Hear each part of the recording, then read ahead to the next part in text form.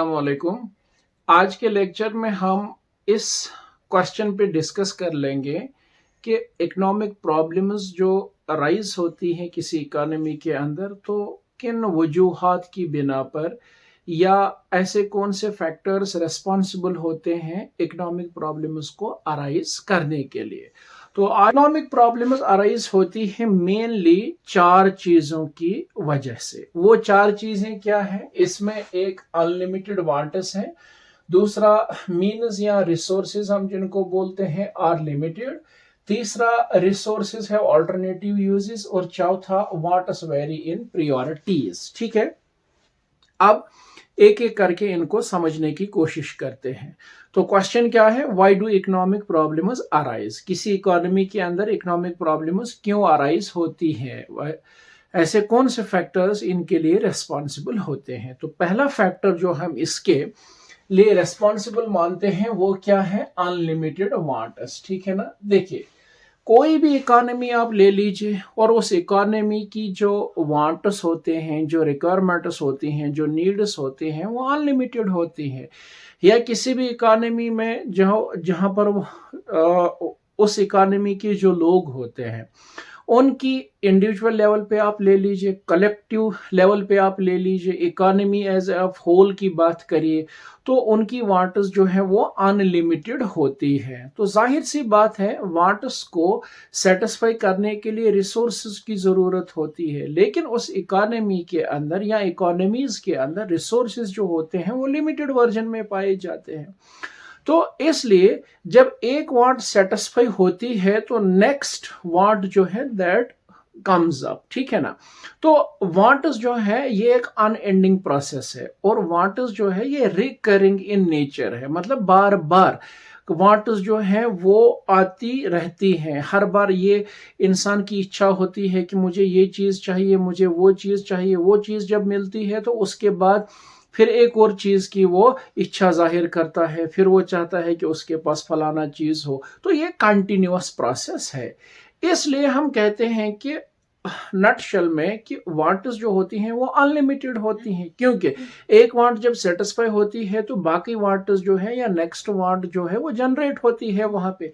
अब वांट्स जो है वो अराइज कैसे होती हैं? देखिए, जितना किसी इकोनॉमी के अंदर लेवल ऑफ एजुकेशन बढ़ेगा, जितना वहाँ पे साइंटिफिक यूजेज बढ़ेगा, या जितना वहाँ पर डेवलपमेंट ऑफ साइंस का होगा, या साइंस जितनी ज़्यादा तरक्की करेगा वहाँ पर, ठीक है ना, तो उतना उस इकोनॉमी के अंदर जितना इकोनॉमिक ग्रोथ होगा, ठीक है ना, जितना expansion of more goods and services उस इकोनॉमी के अंदर होगा, जितनी नई techniques of production, technologies, discoveries, innovation उस इकोनॉमी के अंदर होंगी, तो वैसे वैसे उस इकोनॉमी की जो कलेक्टिव वांट्स है या उस इकोनॉमी के अंदर जो वांट्स हैं वो और ज़्यादा अराइज होती जाएंगी। तो इसलिए ये रिकरिंग इन नेचर है, बार बार ये आती रहती हैं, और ये एक अनएंडिंग प्रोसेस है, क्योंकि एक वांट सेटिस्फाई हुई तो दूसरी वांट वहां पर जनरेट होती है या कम हो जाती है, अराइज होती है। तो इसलिए जो सबसे पहला फैक्टर इसके लिए रिस्पॉन्सिबल है that is simply wants are unlimited in nature. ठीक है। और फिर दूसरा क्या है कि मीन्स या जिनको हम रिसोर्सेज बोलते हैं, रिसोर्सेज आर लिमिटेड। किसी भी इकोनॉमी को आप ले लीजिए, ठीक है, उसके रिसोर्सेज जो होते हैं वो लिमिटेड हैं। हालांकि ये लिमिटेड रिसोर्सेज जो है ये यूनिवर्सली एप्लीकेबल है। ठीक है, ये यूनिवर्सली एप्लीकेबल है। यूनिवर्सली एप्लीकेबल का मतलब क्या हुआ कि दुनिया में किसी भी इकोनॉमी को आप ले लीजिए, किसी भी इंसान को आप ले लीजिए, ठीक है, जो रैशनल ह्यूमन बीइंग होगा, तो उसके लिए जो रिसोर्सेज हैं वो क्या होते हैं? लिमिटेड होते हैं। ठीक है ना। अब लिमिटेड चीज से अनलिमिटेड वांट्स को सेटिस्फाई करना होता है तो एक प्रॉब्लम वहां पर क्रिएट होती है, एक प्रॉब्लम वहां पर आ जाती है। ठीक है ना।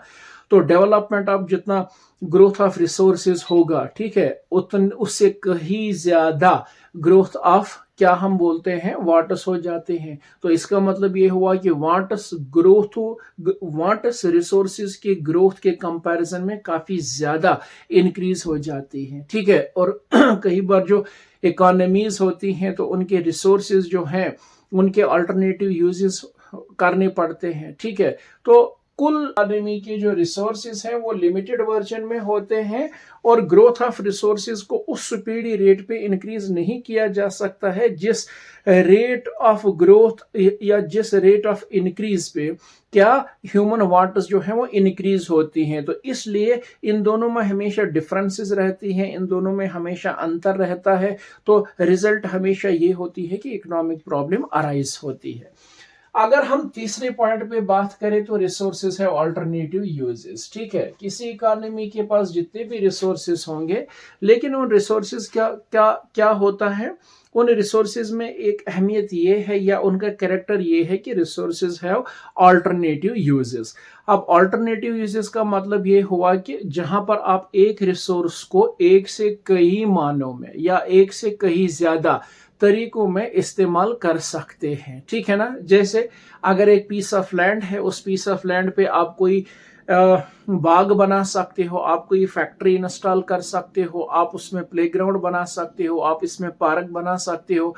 ठीक है, आप उस पर शॉपिंग मॉल बना सकते हो, कंस्ट्रक्ट कर सकते हो, एटसेट्रा एटसेट्रा। असल में वो पीस ऑफ लैंड रिसोर्स है लेकिन उसको आप कई मानों में इस्तेमाल कर सकते हैं, कई अलग अलग चीजों के लिए आप उसको इस्तेमाल में ला सकते हो। ठीक है, तो इसलिए अगर किसी एक चीज का एक डेफिनेट यूज होता, ठीक है, तो तब पता थी कि चलो इसको इसके लिए इस्तेमाल करना है। लेकिन मसला यह है कि एक ही चीज को आप कई तरीकों में इस्तेमाल कर सकते हो। तो ये इसकी वजह से भी हमेशा प्रॉब्लम ऑफ चॉइस करनी पड़ती है, प्रॉब्लम ऑफ चॉइस हो जाती है। आपको सिलेक्टिव रहना पड़ता है, आपको रैशनल यूज के लिए जाना पड़ेगा, आपको बेस्ट ऑल्टरनेटिव यूजेज ढूंढना होगा। तो चॉइस आपको करनी पड़ेगी वहां पे। ये एक और फैक्टर रिस्पॉन्सिबल है किस चीज के लिए, why do economic problems arise in any economy.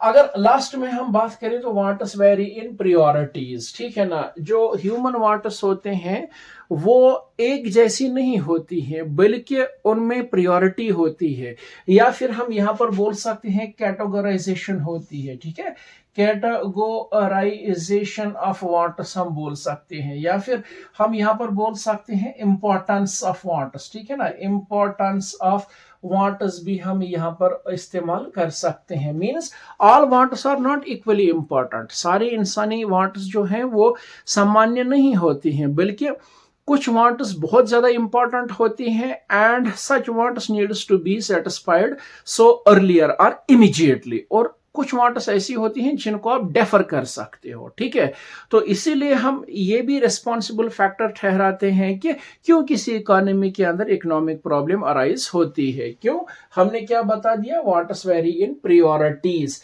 यानी कुछ वांट्स को बहुत ज्यादा अवलीन फुर्सत में इस सेटिस्फाई करने की कोशिश की जाती है या उनको सेटिस्फाई करना जरूरी बन जाता है।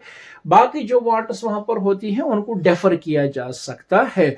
तो कुल मिला के ये वो फैक्टर्स हैं जिनको हम रिस्पॉन्सिबल ठहराते हैं कि किसी भी इकोनॉमी के अंदर अगर इकोनॉमिक प्रॉब्लम्स अराइज होती हैं तो उन इकोनॉमिक प्रॉब्लम्स को अराइज करने में या उन इकोनॉमिक प्रॉब्लम्स का उस इकोनॉमी के अंदर होना इन चीजों की बदौलत होता है। ठीक है ना, so these are the 4 things which are primarily responsible for why economic problems arise in any economy. ठीक है, उम्मीद करता हूं कि ये चीज आप यहां पर अच्छे से समझ गए। Thank you very much.